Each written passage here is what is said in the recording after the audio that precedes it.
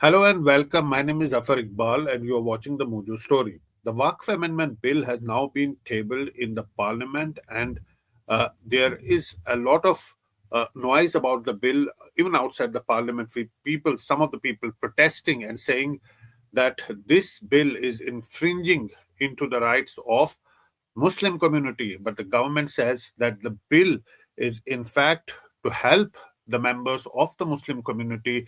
In fact, Kiran Rijeju said that Muslims in India are most poor comparatively, and this bill is going to help them. But in Kerala, there are Christian bodies who are in fact favoring the bill, the Waqf Amendment Bill. Why are the Christian bodies in Kerala supporting the bill? We're joined by Father Joshi Mayati from Kerala. Welcome to Mojo Story, sir. Why are the Christian bodies in Kerala supporting the Waqf Amendment Bill? Yes, sir. The Waqf Amendment Bill, we are not supporting it completely, please. First of all, let me clarify it. The Bishops' Council of Kerala, the KCBC, Kerala Catholic Bishops' Council, have published or made an appeal to the members of Parliament to support the bill on the changes or the amendments which are essential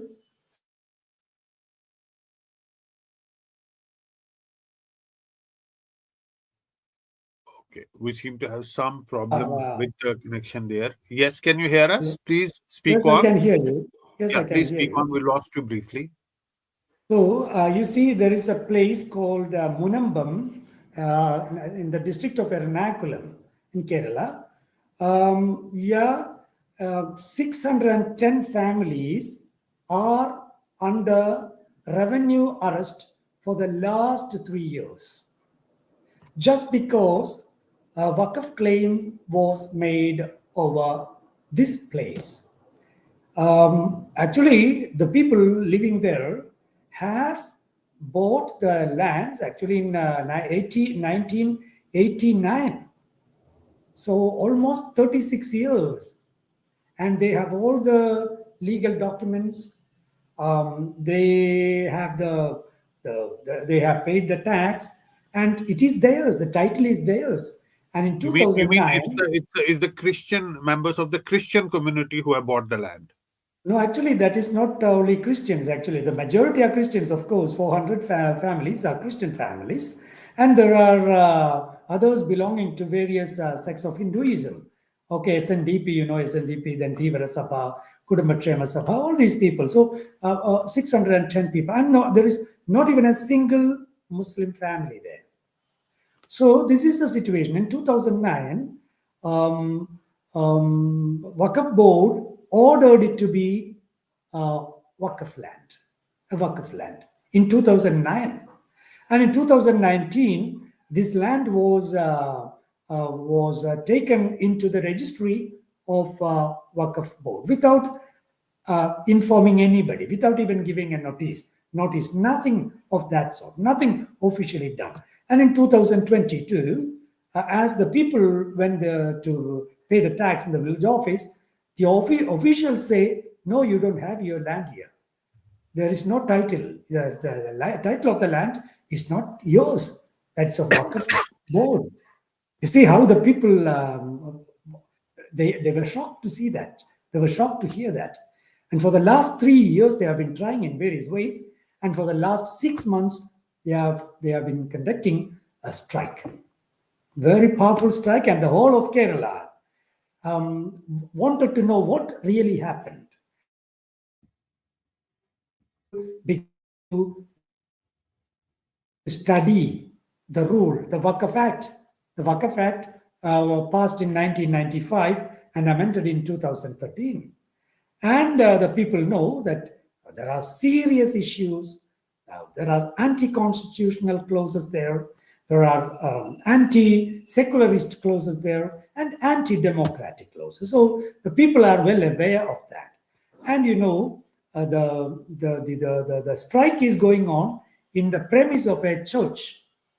Okay, in Munambam, there is a parish church, and they are conducting the strike in that area.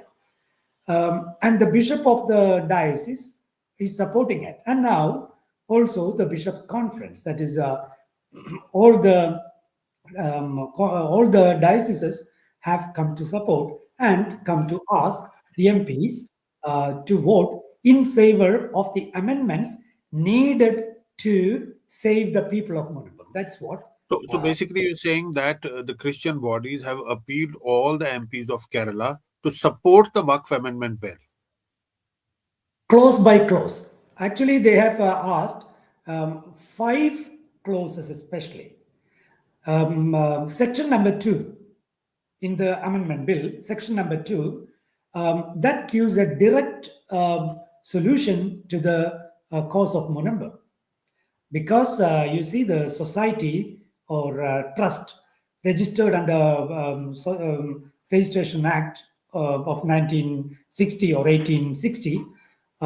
It was amended in 1960, so that's why. So, there is a solution in the amendment added in section 2A. All the property is given by a Muslim, even in the similarity of Waqf, given to a trust or a society, will be managed not under the Waqf law, but under the society rule or trust rule. And it has got also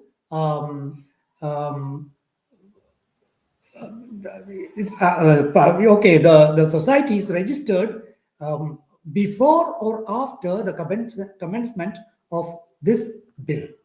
So actually, there is a retrospective effect. So that's a fine solution to Munambam. Actually, it was proposed by JPC, listening to the Bora community. It was the request of the Bora community because they have their own way of doing things. They don't want to be under Waqf law. They have the trust way of doing things under their spiritual leader. So that is what they asked. And the JPC extended it also to all the cases under trust or societies. So this is what we find as a very clear, direct solution to the problem of Munambam. So we are asking the MPs to support and vote in favor of this clause. Then Waqf Act number 40, that is very much detrimental, very much dangerous, because Waqf board can declare a land as Waqf if they have reason to believe. That's what it says. Reason to believe and collect information and just decide. It's just unilateral way of doing things in a country where we have the constitution and we have the 300A, article 300A, which gives us constitutional right to property. And a body comes, a statutory body comes and just decides and just takes away. And in the case of Munambam people, it has become a kind of a tragedy for them for the last 3 years. And you see, number 83, section number 83, which speaks about Waqf tribunal. All the cases, if anybody has objection to Waqf board's decision, they have to go to Waqf tribunal. And the decision of the tribunal will be final. And you cannot go with appeal to the higher courts. It is given only as application, not as Waqf. Not as appeal. There is no appeal. It's only application. So it can be only a revision or something of that sort, or review, something of that sort. So that's it. Another one is 107. 107 is another clause which is very much dangerous, which allows Waqf board to claim any land waving away the the Act of Limitation, the Limitation Act, because you see it is 12 years for personal properties and 30 years for the governmental properties. So for Waqf board, there is no such limitation. It can claim any land or anything of any years back, 1,000 years or 1,500 years. You see, this is problematic. And 52A, eviction procedures. Okay, eviction procedures. So eviction procedures, once the Waqf tribunal decides, that is final. So the people have to leave the place. Eviction. It is there in the amendment of 2013. It was introduced. Eviction. And 2013 called the people living there encroachers. Just suppose, just think, people of 4 or 5 generations are living in Munambam. Okay, they have been living 3 or 4 generations. Now, it is said in 1950, when Muhammad Siddiq Setu gave this land to Farooq College in Kozhikode, which is very much distant from Munambam. Okay, it's a college. And Muhammad Siddiq Setu gave it as, the title says, it is Waqf deed. But inside you see the Muhammad Siddiq Seth gives permission to the college to sell it. Kraya Vikraya Swadandram, it is written in Malayalam. So they have the right to sell it, sell the property. And then it is said there is a condition found in this deed. So Farooq College does not consider this as a Waqf deed. The Farooq College, which received it from Siddiq Setu in 1950, does not consider it as Waqf deed. They say it is gift deed. It is gift deed. Can you so basically you're saying that earlier system was unilateral, but you also got in touch with Kiran Rijeju, the minister, earlier, and expressed the concerns, and he has also mentioned about this. What do you expect now to happen? And do you think that if this bill passes, and that will bring relief to members of the Christian community in Kerala? If this bill is passed, and we would not want any clause in the Waqf amendment bill which may go against the interests of the Muslim community. For example, you see, inserting non-Muslims into the Waqf deal. We don't want it. What we wanted, only the amendment of these numbers I told you, section numbers, just 5 numbers. We ask the MPs to stand for the amendment of these 5 numbers. Stand for these numbers. Okay, that's what we would say. And of course, for the community, not only for Christians, okay, for the citizens of India, it is going to be a big contribution. It's going to be a big help if the amendment is passed, at least in these 5 areas. So before we wrap up, what I understand from you is that you do not want non-Muslim members in the Waqf body.